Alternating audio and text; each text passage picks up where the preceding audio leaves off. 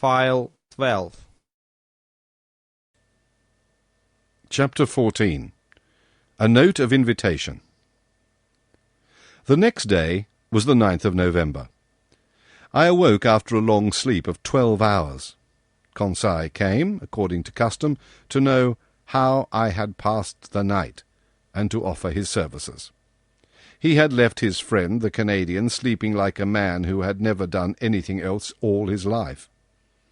I let the worthy fellow chatter as he pleased, without caring to answer him. I was preoccupied by the absence of the captain during our sitting of the day before, and hoping to see him today. As soon as I was dressed, I went into the saloon. It was deserted. I plunged into the study of the conchological treasures hidden behind the glasses. I revelled also in great herbals filled with the rarest marine plants, which, although dried up, retained their lovely colours.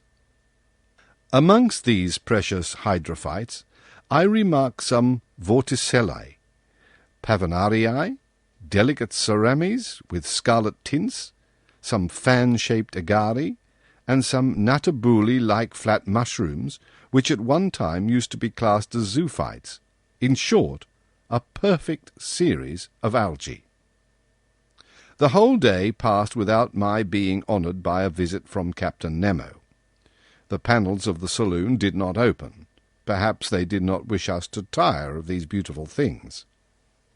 The course of the Nautilus was east-northeast, her speed 12 knots, the depth below the surface between 25 and 30 fathoms. The next day, 10th of November, the same desertion, the same solitude. I did not see one of the ship's crew. Ned and Conseil spent the greater part of the day with me. They were astonished at the inexplicable absence of the captain. Was this singular man ill? Had he altered his intentions with regard to us? After all, as Conseil said, we enjoyed perfect liberty. We were delicately and abundantly fed. Our host kept to his terms of the treaty. We could not complain, and indeed the singularity of our fate reserved such wonderful compensation for us that we had no right to accuse it as yet. That day I commenced the journal of these adventures, which has enabled me to relate them with more scrupulous exactitude and minute detail. I wrote it on paper made from Zostera marina.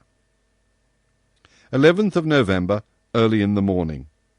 The fresh air spreading over the interior of the Nautilus told me that we had come to the surface of the ocean to renew our supply of oxygen. I directed my steps to the central staircase and mounted the platform. It was 6 o'clock. The weather was cloudy, the sea grey but calm, scarcely a billow. Captain Nemo, whom I hoped to meet, would he be there? I saw no one but the steersman imprisoned in his glass cage. Seated upon the projection formed by the hull of the pinnace, I inhaled the salt breeze with delight. By degrees the fog disappeared under the action of the sun's rays. The radiant orb rose from behind the eastern horizon. The sea flamed under its glance like a train of gunpowder. The clouds scattered in the heights were coloured with lively tints of beautiful shades, and numerous mares' tails, which betokened wind for that day. But what was wind to this Nautilus which tempests could not frighten? I was admiring this joyous rising of the sun, so gay and so life-giving, when I heard steps approaching the platform. I was prepared to salute Captain Nemo, but it was his second, whom I had already seen on the captain's first visit, who appeared. He advanced on the platform, not seeming to see me. With his powerful glass to his eye, he scanned every point of the horizon with great attention. This examination over, he approached the panel and pronounced a sentence in exactly these terms. I have remembered it, for every morning it was repeated under exactly the same conditions. It was thus worded: Nautron respok loni viac. What it meant, I could not say. These words pronounced, the second descended.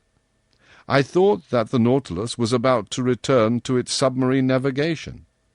I regained the panel and returned to my chamber.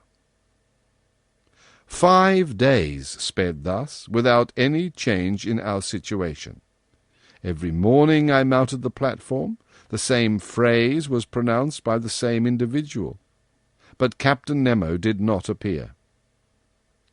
I had made up my mind that I should never see him again, when, on the 16th of November, on returning to my room with Ned and Conseil, I found upon my table a note addressed to me. I opened it impatiently. It was written in a bold, clear hand, the characters rather pointed, recalling the German type. The note was worded as follows: To Professor Aronnax, on board the Nautilus, 16th of November, 1867. Captain Nemo invites Professor Aronnax to a hunting party which will take place tomorrow morning in the forests of the island of Crespo. He hopes that nothing will prevent the Professor from being present, and he will with pleasure see him joined by his companions. Captain Nemo, Commander of the Nautilus. Without seeking to reconcile what was contradictory between Captain Nemo's manifest aversion to islands and continents and his invitation to hunt in a forest, I contented myself with saying, Let us first see where the island of Crespo is. I consulted the planisphere, and in 32 degrees 40 minutes north latitude and 157 degrees 50 minutes west longitude, I found a small island, recognized in 1801 by Captain Crespo, and marked in the ancient Spanish maps as Roca de la Plata, the meaning of which is the Silver Rock. We were then about 1,800 miles from our starting point, and the course of the Nautilus, a little changed, was bringing it backwards towards the southeast. I showed this little rock lost in the midst of the North Pacific to my companions. If Captain Nemo does sometimes go on dry ground, said I, he at least chooses desert islands. Ned Land shrugged his shoulders without speaking, and Conseil and he left me. After supper, which was served by the steward, mute and impassive, I went to bed, not without some anxiety. The next morning, the 17th of November, on awakening, I felt that the Nautilus was perfectly still. I dressed quickly and entered the saloon. Captain Nemo was there, waiting for me. He rose, bowed, and asked me if it was convenient for me to accompany him. As he made no allusion to the absence during the last 8 days, I did not mention it, and simply answered that my companions and myself were ready to follow him. We entered the dining-room, where breakfast was served. "Monsieur Aronnax," said the captain, "pray share my breakfast without ceremony. We will chat as we eat, for though I promised you a walk in the forest, I did not undertake to find hotels there. So breakfast as a man who will most likely not have his dinner till very late." I did honour to the repast. It was composed of several kinds of fish and slices of holothuridae, excellent zoophytes, and different sorts of seaweed. Our drink consisted of pure water, to which the captain added some drops of a fermented liquor extracted by the Kamchatka method from a seaweed known under the name of Rhodamenia palmata. Captain Nemo ate at first without saying a word. Then he began. "You know as well as I do, Professor, that man can live under water, providing he carries with him a sufficient supply of breathable air. In submarine works, the workman, clad in an impervious dress, with his head in a metal helmet, receives air from above by means of forcing pumps and regulators." "That is a diving apparatus," said I. "Just so. But under these conditions the man is not at liberty. He is attached to the pump, which sends him air through an india-rubber tube, and if we were obliged to be thus held to the Nautilus, we could not go far." "And the means of getting free?" I asked. "It is to use the rocky roll apparatus, invented by 2 of your own countrymen, which I have brought to perfection for my own use, and which will allow you to risk yourself under these new physiological conditions without any organ whatever suffering. It consists of a reservoir of thick iron plates in which I store the air under a pressure of 50 atmospheres. This reservoir is fixed on the back by means of braces like a soldier's knapsack. Its upper part forms a box in which the air is kept by means of bellows, and therefore cannot escape unless at its normal tension. In the rocky roll apparatus, such as we use, 2 india-rubber pipes leave this box and join a sort of tent which holds the nose and mouth. One is to introduce fresh air, the other to let out the foul, and the tongue closes one or the other according to the wants of the respirator. But I, in encountering great pressures at the bottom of the sea, was obliged to shut my head, like that of a diver, in a ball of copper, and it is to this ball of copper that the 2 pipes, the inspirator and the expirator, open." "Perfectly, Captain Nemo. But the air that you carry with you must soon be used. When it only contains 15% of oxygen, it is no longer fit to breathe." "Right. But I told you, Monsieur Aronnax, that the pumps of the Nautilus allow me to store the air under considerable pressure, and on those conditions the reservoir of the apparatus can furnish breathable air for 9 or 10 hours. "I have no further objections to make," I answered. "I will only ask you one thing, Captain. How can you light your road at the bottom of the sea?" "With the Ruhmkorff apparatus, Monsieur Aronnax. One is carried on the back, the other is fastened to the waist. It is composed of a Bunsen pile, which I do not work with bichromate of potash, but with sodium. A wire is introduced which collects the electricity produced and directs it towards a particularly made lantern. In this lantern is a spiral glass which contains a small quantity of carbonic gas. When the apparatus is at work, this gas becomes luminous, giving out a white and continuous light. Thus provided, I can breathe, and I can see." "Captain Nemo, to all my objections you make such crushing answers that I dare no longer doubt.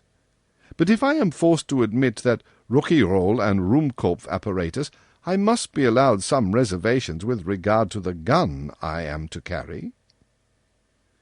"But it is not a gun for powder," answered the captain. "Then it is an air gun." "Doubtless. How would you have me manufacture gunpowder on board without either saltpetre, sulphur, or charcoal?" "Besides," I added, "to fire under water in a medium 850 times denser than the air, we must conquer very considerable resistance." "That would be no difficulty. There exist guns, according to Fulton, perfected in England by Philip Coles and Burley, in France by Furcy, and in Italy by Landi, which are furnished with a peculiar system of closing, which can fire under these conditions.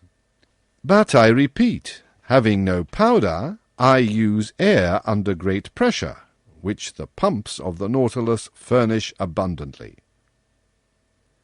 "But this air must be rapidly used." "Well, have I not my Rouquayrol reservoir, which can furnish it at need? A tap is all that is required. Besides, Monsieur Aronnax, you must see yourself that during our submarine hunt we can spend but little air and but few balls." "But it seems to me that in this twilight, and in the midst of this fluid, which is very dense, compared with the atmosphere, shots could not go far, nor easily prove mortal.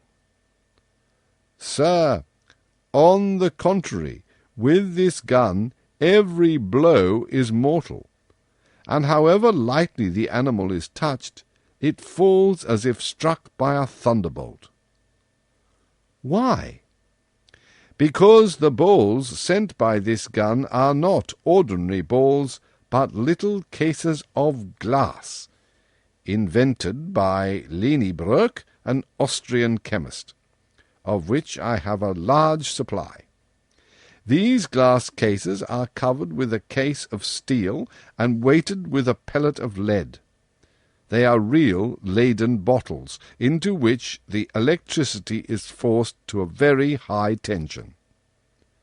With the slightest shock they are discharged, and the animal, however strong it may be, falls dead. I must tell you that these cases are size number 4, and that the charge for an ordinary gun would be 10. I will argue no longer, I replied, rising from the table. I have nothing left me but to take my gun. At all events, I will go where you go. Captain Nemo then led me aft, and in passing before Ned and Conseil's cabin, I called my 2 companions, who followed immediately. We then came to a kind of cell near the machinery room, in which we were to put on our walking